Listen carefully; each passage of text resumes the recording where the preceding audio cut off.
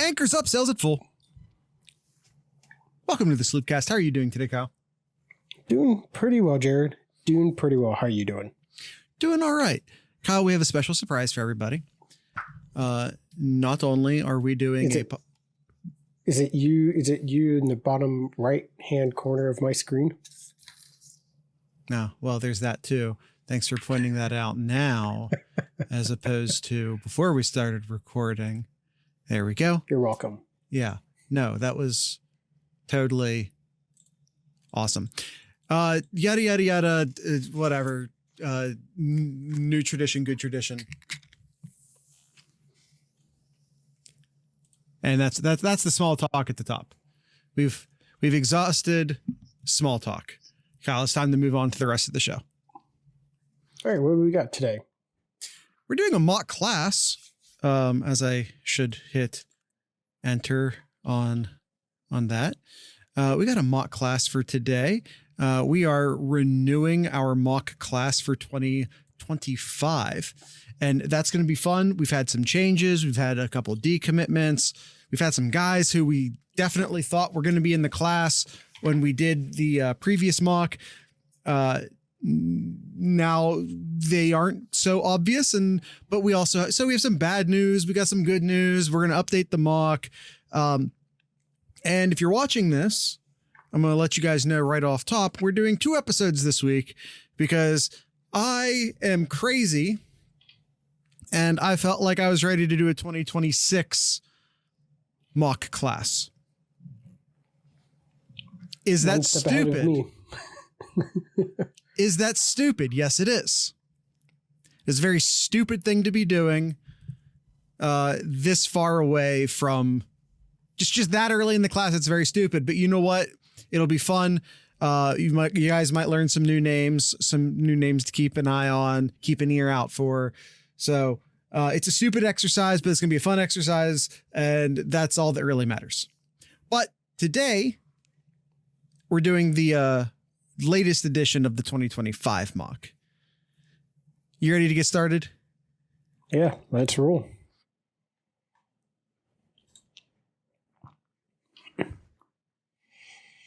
All right. Surprise at the quarterback position, right, Jared? Yeah. Let's just start off with the quarterback. We got it. The big surprise here, right? Yeah. Davian St. Clair. Of course, Kyle being sarcastic, having a little bit of fun.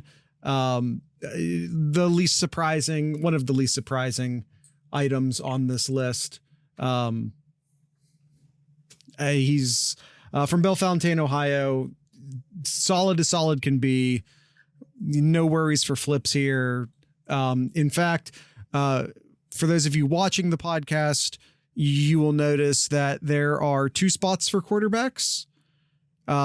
Or for all of the positions. I'm going to be giving you both the actual proper mock, but then I'm going to give you some additional names to keep an eye out for, an ear on.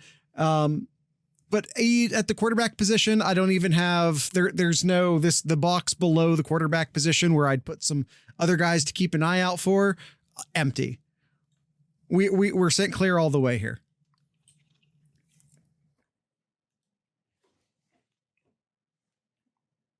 Running back.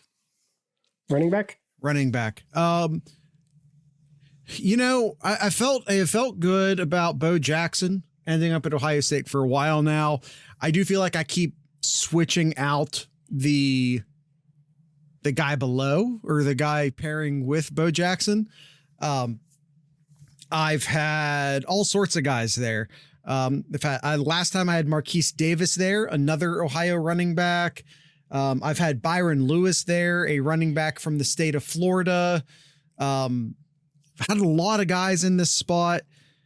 And if I'm being honest, the guy who I've moved into the slot now, I've been sort of holding off doing it. His name is Jordan Davis. One of the reasons why I've been holding off doing it is because he's a Mater Day kid.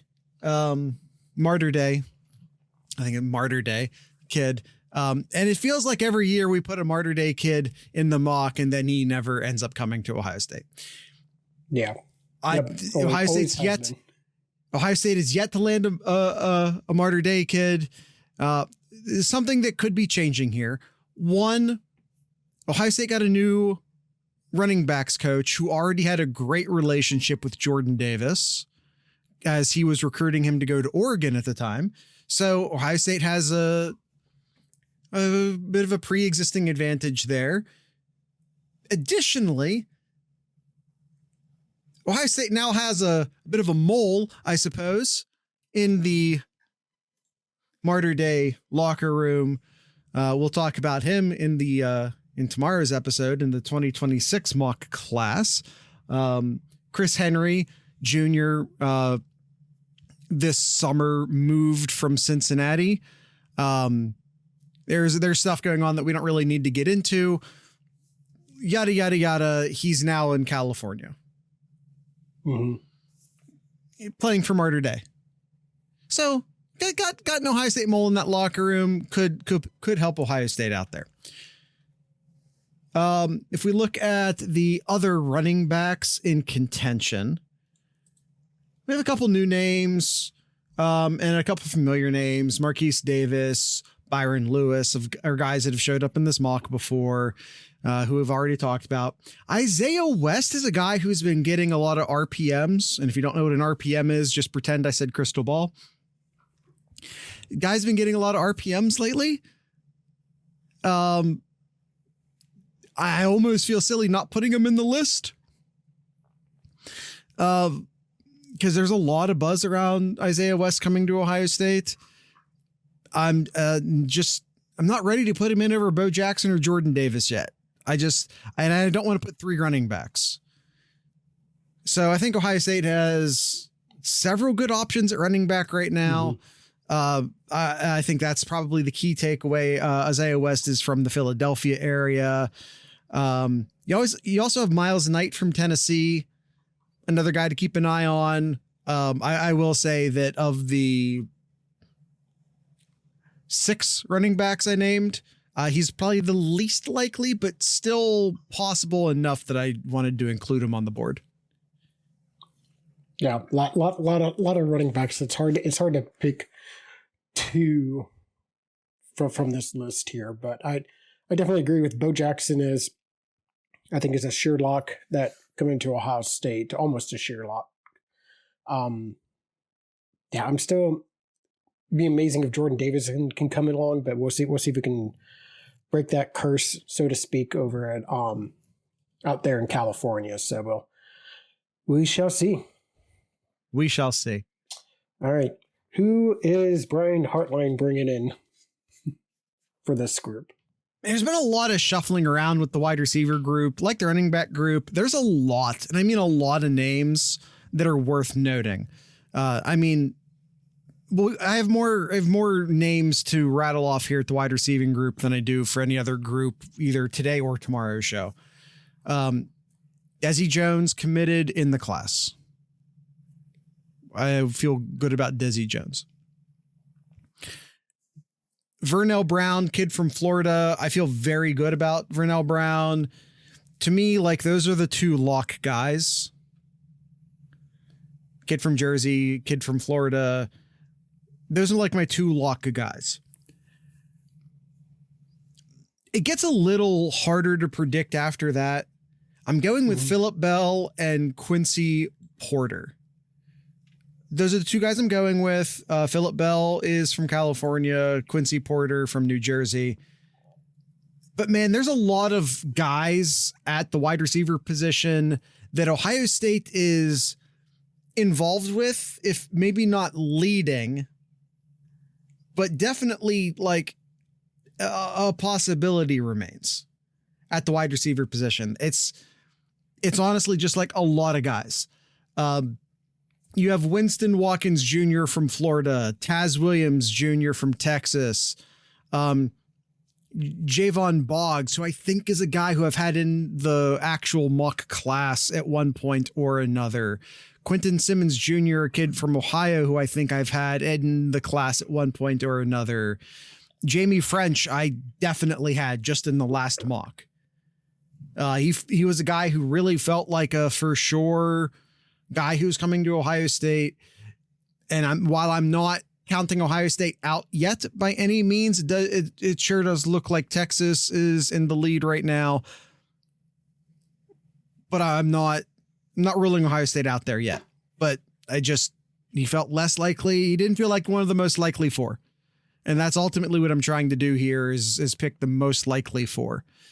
Talon Taylor from Illinois, Dalen McCutcheon from Texas, and Decorian Moore, who recently decommitted from LSU, but also looks to be going to Texas, going to UT. Texas, if Texas can get both Moore and French, that's a huge wide receiver class for Texas. That's an enormous wide receiver class for Texas if they can get both of those guys. And that's something to really keep an eye out for. I know we've been talking about it for quite a few years with the different head coaches that's coming over to Texas. Like, man, if Texas can get their shit together, like keep sleeping giant in that, keep their players inside the state of Texas. Like, only if. Well, and especially since like we're moving into the era of the Big Two. Yeah. So all of a sudden, unless you're Texas or you are Texas A&M, you're now just playing at a lower level. I'm sorry, TCU. I'm sorry, Texas Tech. I'm not sorry to SMU. SMU can go to hell. But a lot of other Houston. I'm sorry, Houston. You just aren't in the same league anymore. Y'all just aren't playing in the same league anymore. You're either in the Big Ten or you're in the SEC or you're not. And that's going to be huge for Texas because you take all of those in-state Texas schools and you basically just say these two more important than the rest. Yep. That was a little side quest talking about Texas. Kyle, you're ready to move on to the tight ends? Sure. Well, the one right now, Nate Roberts. In the class right now.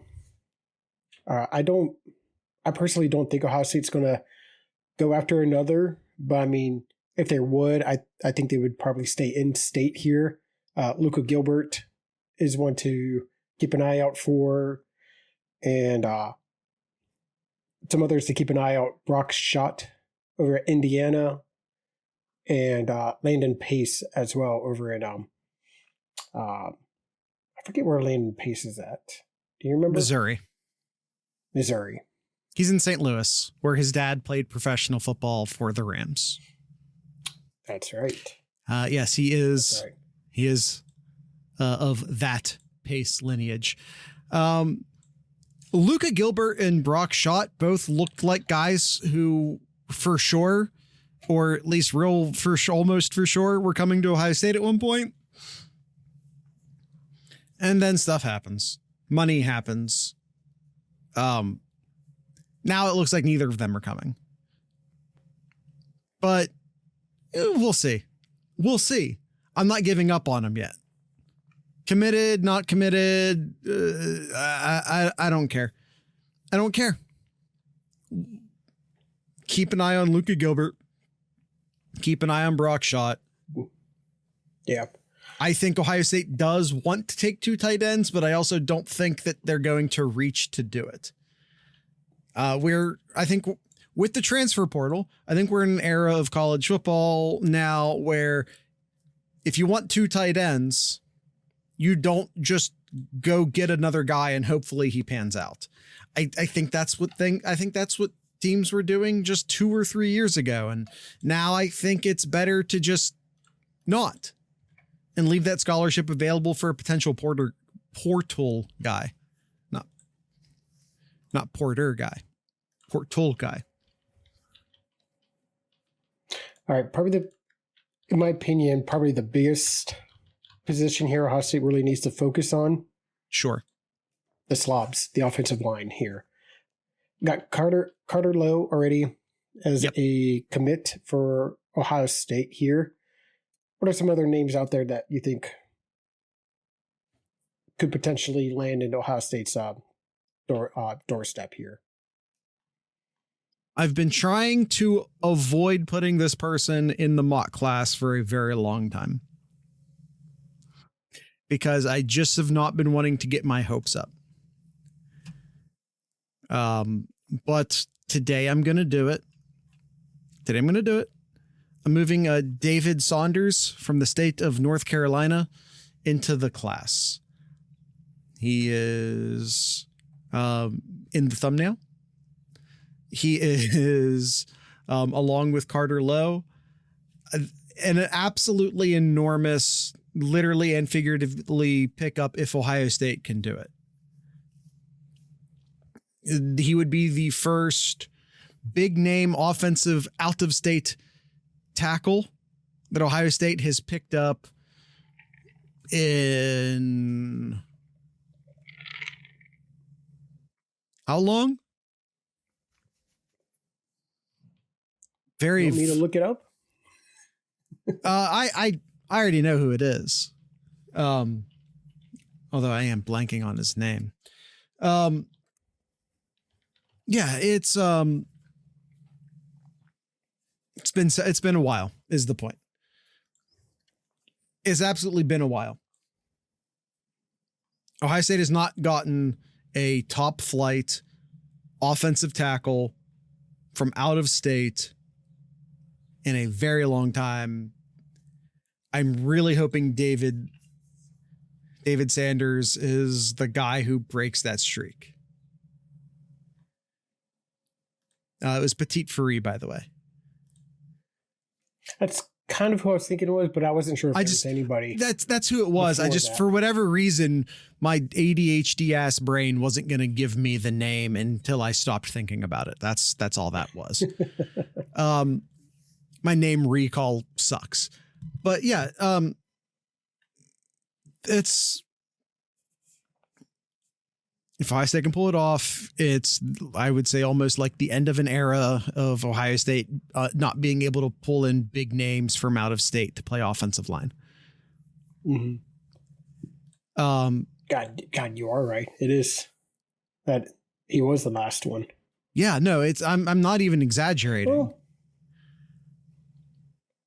I mean, Donovan Jackson was high. He was pretty high up. No, I said tackle. Okay, tackle. Okay. I said tackle. All right, I missed that part. Yeah. I said tackle. There have been some interior guys from out of state. There have been some interior guys from out of state who were good pickups. I'm also, speaking of the interior, and apologies ahead of time for how I'm going to probably mispronounce this name, Henry Fanuku.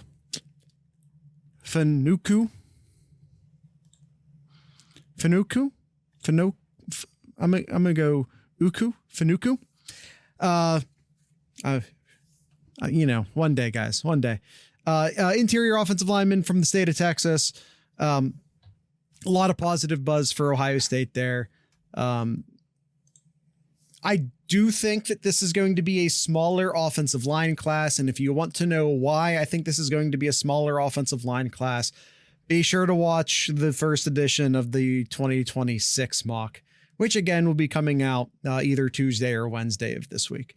The TLDR, the summary of why, is just that I think Ohio State's going to have a massive offensive line class in 2026. Therefore, I think they're going to take a smaller offensive line class in 2025 to balance things out a bit. That being said, we do need to look at who else might be coming in case they do decide to take a fourth guy, or in case Sanders or someone else doesn't work out. Or Henry too. Yeah, it's too early to get Kyle. It's 9 points on the it's. I know, but still, well, who else is out there, Jared? Listen, if he goes to Ole Miss, then he'll have a good freshman year there, then transfer here. Because if Ole Miss has a player we take them. It's happened. Ask Iggy.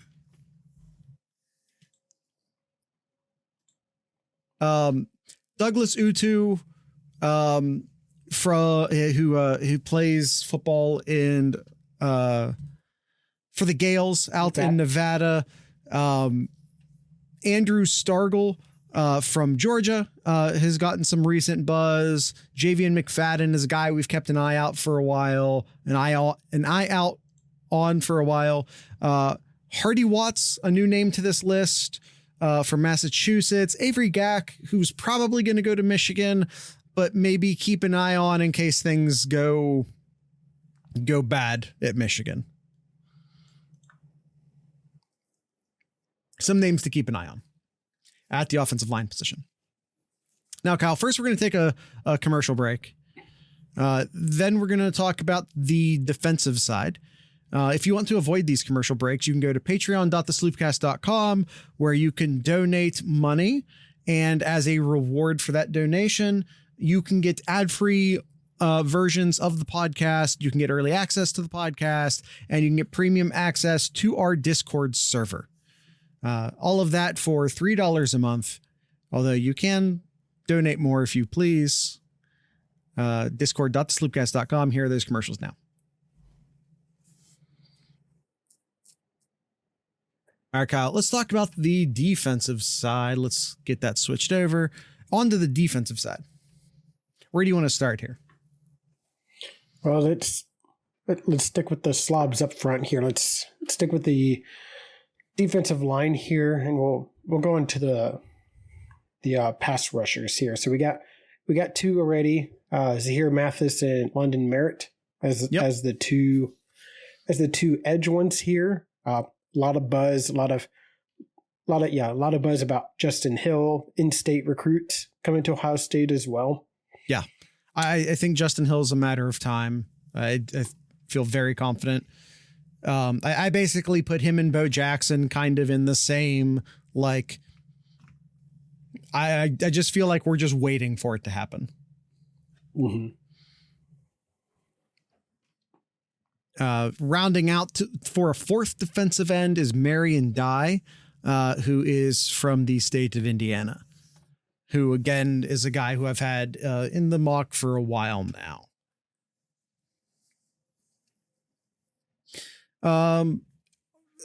Other names to keep an eye on. Sorry, a little lost on my graphic here. Here we are. Javison Hilson. Hilson is from the state of Florida. Javian Campbell from the state of Kentucky. Nope, excuse me. He's a defensive tackle. Damian Shacklin from Indiana, and Zion Grady from the state of Alabama. I couldn't decide if I wanted to include Zion Grady in this list or not. Of the 6 guys, he's the 7th. I'll say that. But decided to include him. He's on the list. Now, Kyle, if you want to jump to the inside, the interior defensive lineman, we have Brandon Caesar.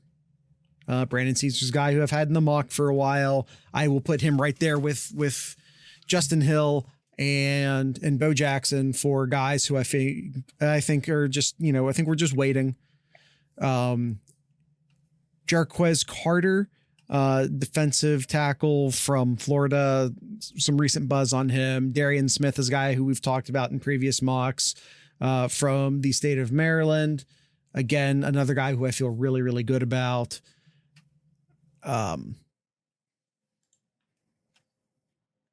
And if we look at our extended list for defensive tackles, Trajan Odom from the state of North Carolina, Cole Breiliner from New Jersey, Javian Campbell, who I mistakenly brought up before, from the state of Kentucky, and then defensive tackle from the Philadelphia area, Pennsylvania, regardless, Maxwell Roy, to round out the defensive tackle list. Awesome. Linebackers. Man, I feel like anytime that we're talking about recruiting, Jared, I always talk about we talk about the misses and the lack of elite talent on the offensive line. I feel like you can almost say the same thing with the linebackers. We've brought in some talent in years past, but it seems like a lot of them just don't stick as well as we would hope to see, especially when we think about the linebackers of the 2000s, when you had Laurinaitis and Hawk and Schlegel and all of those big names there. Who would be when are we going to see these big names come to Ohio State here? I think you've had it I think that's already started. And I think you're going to see vastly. I don't feel like, I feel like if you're asking when is that going to be fixed from a recruiting standpoint, I think it's already been fixed. I think you're going to see those guys on the field a lot this year. Those guys are coming into their sophomore, into their second, third years at Ohio State. You're gonna don't worry about the linebackers. Don't you worry about the linebackers. They're going to be fine. And also Ohio State's off to a good start recruiting linebackers. Eli Lee and TJ Alford already in the mock. Actually, I messed this up. I actually replaced Madden Ferriamo. I forgot to update the graphic. Hold, please. As I just give this away. While he's doing that real quick here. Yeah. So Alford from the state of Florida, and Eli Lee in the backyard here for Ohio State out in Archbishop Hoban out in Akron. Yeah, absolutely. And the third linebacker who I have in the mock will be Nathaniel Uyosa Boat. Once again, I am sure Owusu. I'm sure I am once again butchering that, and I apologize. Boateng is the last name. Do I not have? Did all the letters not show up? No, all the letters did not show up. All right, hold on. Fixing it. Everyone be patient. We're doing it live. Nathaniel Uyosa Boateng. Once again, I am sure I am messing that up, and I apologize.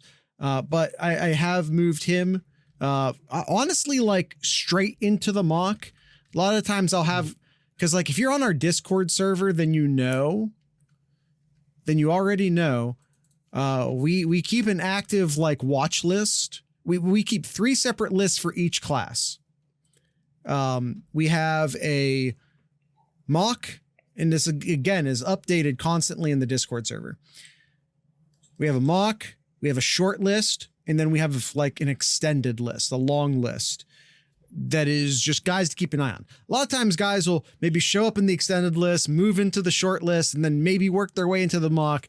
Boateng came from nowhere in the server to straight into the mock. Been a lot of heat on him lately. He's from the state of Florida. Would be a huge pickup for Ohio State, obviously. Still, we have a lot of guys to keep an eye on on the short list, which, by the way, that's, if you're there's also a short list. Yeah.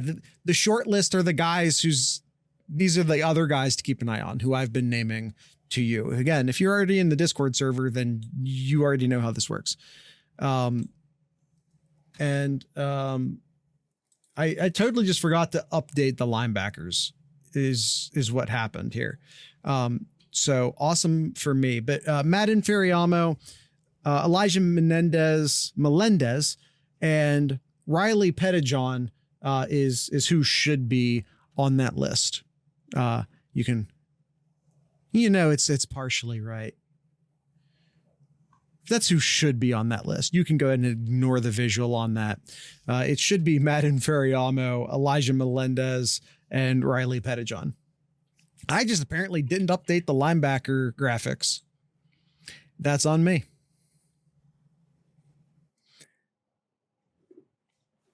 You want to find out if I updated the cornerback graphics or not? Well, we're going to find out right now. Wow. And I did.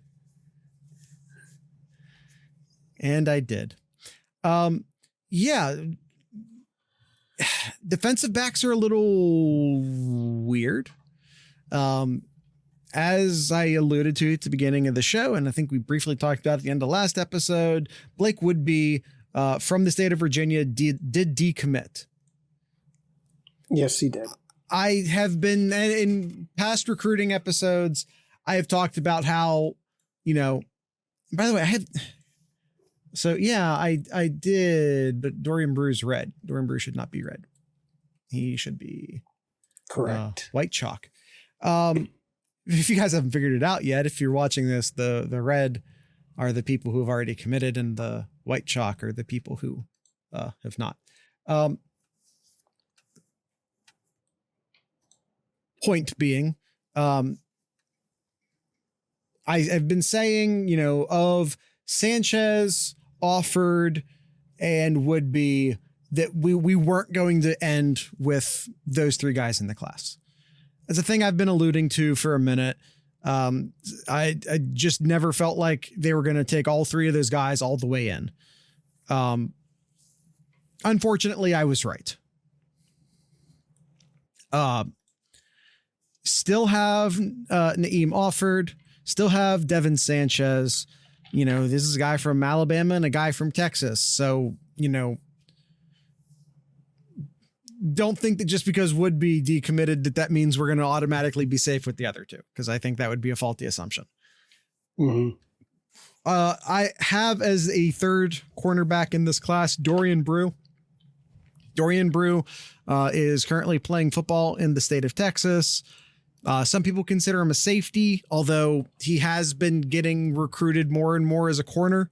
So, in fact, I've included him in the mock in previous mocks as a safety. We're slotting him back over to corner. This appears to be where he's being recruited at. So he's a guy who sort of slid back and forth between the two positions a lot. Still, might be considered sort of a hybrid. But for right now, we're going to call him a corner. And yes, while he's from the state of Texas, he lived a lot of his life in the state of Ohio. So basically just moved. So Ohio, Texas, Ohio, whatever. Some other names to keep an eye on at the cornerback position. I just have Blake Woodby. At this time, I just have Blake Woodby. Ohio State has not seemed too active in going after other cornerbacks this time, which is probably a good sign.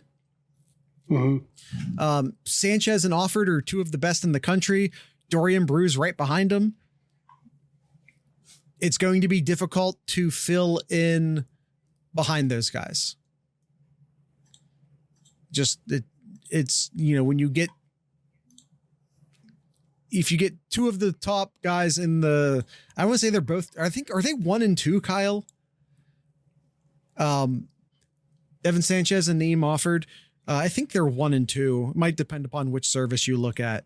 And Dorian Brew is, I think, in the top 10 of any service you look at corner, top 5 in some, I think. And even though Dorian Brew's not committed yet, a lot of people think it's going to happen.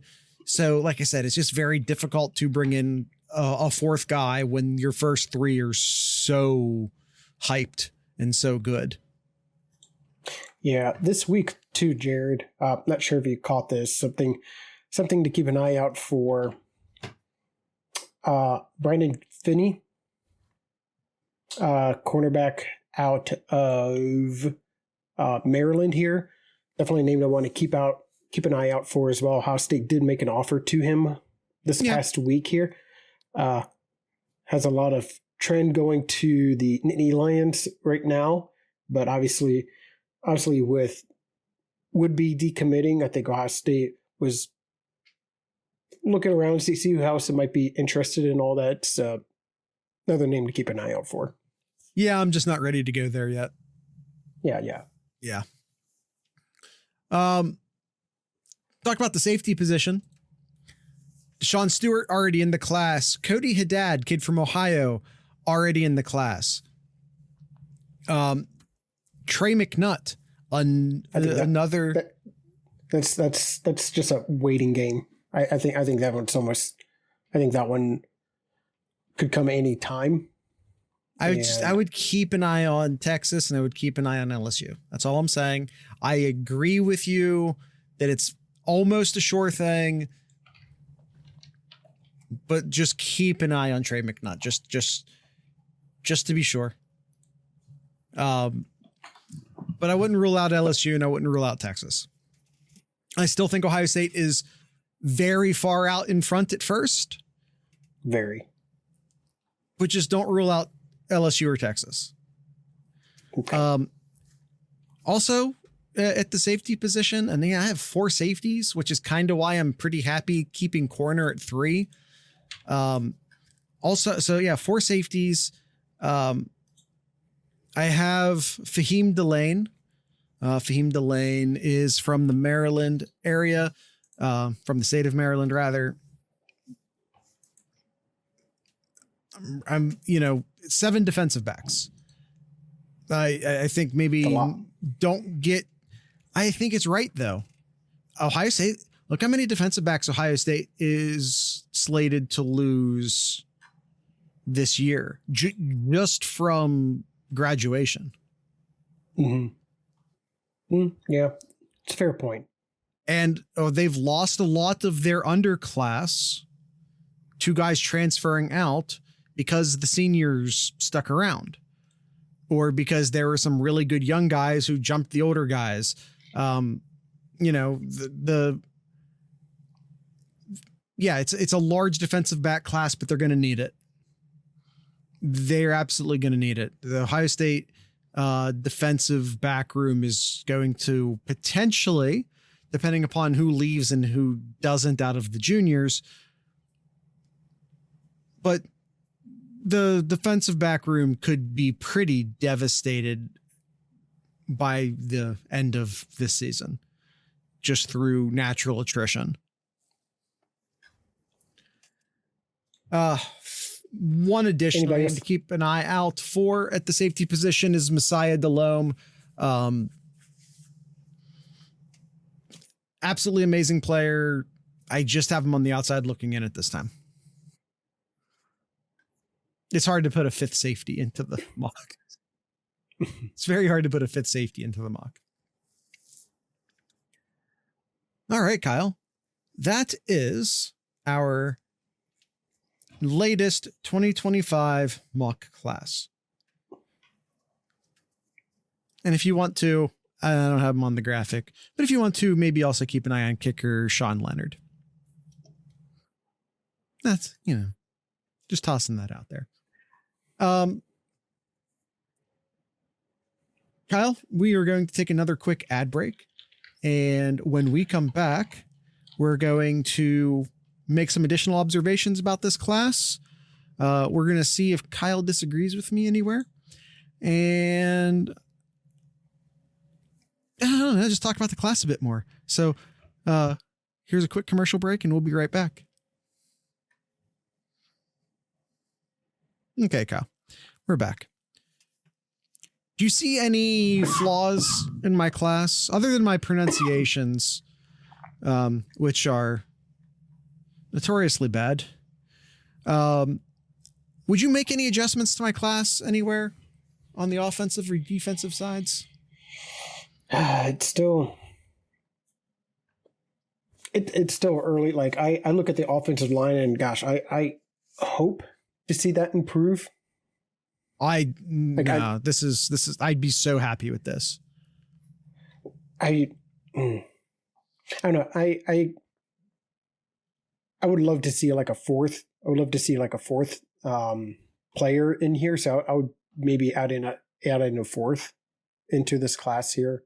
If I were to add a fourth, do you have a strong feeling of who that fourth would be? I don't right now. I would say it would probably be Stargell from Georgia. I would think if I were to add a fourth. Hardy Watts is another guy who it very well could be. Kyle, if you want bodies, if you want dudes, stick around for the next mock class, which again will be airing either Tuesday or Wednesday of this week. Stick around. Wait till you see the mock class I have for you at 2026. We're going a little light in 2025 to make room for the guys in 2026. Just you wait. What a tease. I mean, honestly, like, just you wait. Like, again, we're going to do a light class now to keep open a heavy class later. And that's okay. And that's good. And I agree with that strategy for the record. One of the areas I'd say I'm probably least confident right now is in the wide receiver position. As I stated, I currently have Phillip Bell and Quincy Porter in there. I don't feel fantastic about. I do think it's going to be a 4-person wide receiver class. I'm having a really hard time nailing down who exactly I think those 4 are. Again, Desi Jones, Vernell Brown, I feel good about.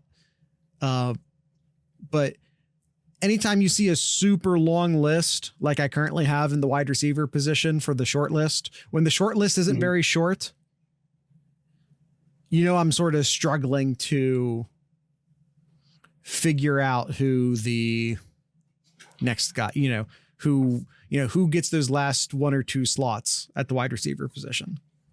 Yeah. Or, whatever position. Yeah. Any other thoughts about my class here? No, I think that was probably the biggest one there. A little bit of everything in each of these spots here, but yeah, if it ended up with this class here, very, very solid. Yeah. I really wouldn't. I'd really love to get like a. Good. Currently, Ohio State is ranked to number 1 in the 2025 class with 12 commits right now. So they can add in all of those additional ones. Could this be the year that Ohio State actually gets the best recruiting class? It's possible. It's amazing with all of the great. Getting David Sanders would help a ton with that. With all of the great recruits Ohio State has had, they have never finished first. I know it doesn't mean anything, but no. If they could steal one of those tight ends back from Miami, getting Sanders would just be huge. And to get the number 1 class, I feel like you have to go get David Sanders. And I don't just mean from a statistical standpoint of actually getting, quote, the number one class, end quote, I mean that a lot of Ohio State's very successful recruiting classes, because, as Kyle said, they haven't finished first, but they've finished in the top 3 or the top 5 very frequently. Part of the problem, in my opinion, is that that's been so heavily boosted by like the quarterbacks and the wide receivers. And it has not necessarily been reflected in the offensive and defensive lines, although they are off to a really good start at both of those positions right now in the 2025 class. In order for this class to not just be good on paper, but also to, start to build something of a dynasty, this class needs to complement the last year's class and the year before that's class. And they need to do that by getting offensive linemen, defensive ends, and defensive tackles. Yep. Because even if Ohio State totally flattens out at the wide receiver position recruiting this year, you know what? They'll be fine. Mm-hmm. They got so many amazing wide receivers on the roster right now. And I'm not just talking, young wide receivers on the roster right now. If they totally just flake out here at the wide receiver position, they'll be fine.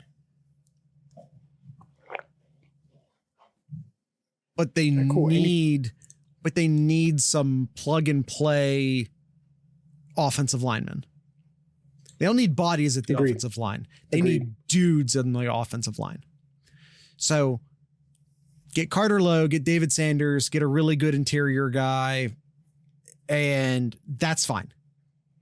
They don't need bodies. They need dudes on the offensive line. And then we'll replenish with bodies in 2026 who are also dudes. But Kyle, can we end this episode so I can talk about the 2026 class? Yeah, let's do it. All right, we're going to end this episode. Kyle, do you have anything in Kyle's corner? About the crew, about the Columbus crew here. They are on a roll. They are on a roll. They've won 3 straight road games in the MLS, beating out Orlando this last weekend, Chicago the weekend, the game before, and then Montreal the week before that, on a monster roll. And Jared, next weekend, next Saturday, June 1st, it is the CONCACAF Championship Cup. Let's go. Yep. So root on for your Columbus crew this Saturday. Hey, rooting for the Columbus crew is rooting for America. It is. Yeah, the undisputed fact. It literally is. Yeah. I wasn't just pulling that out of nowhere. It literally is. It is playing in a stadium called Estado Hidalgo, which is north of Mexico City. So be a very, very tough environment for them to play in, but they've done it already this year. Yes, they have. All right, Kyle, that's the end of today's show. Tonight's ending music brought to you by a Cleveland band called Signals Midwest. So with all that being said, I'd like to encourage everyone to drink local beer, listen to local music, and of course, support your local podcasters. Once again, this is Signals Midwest.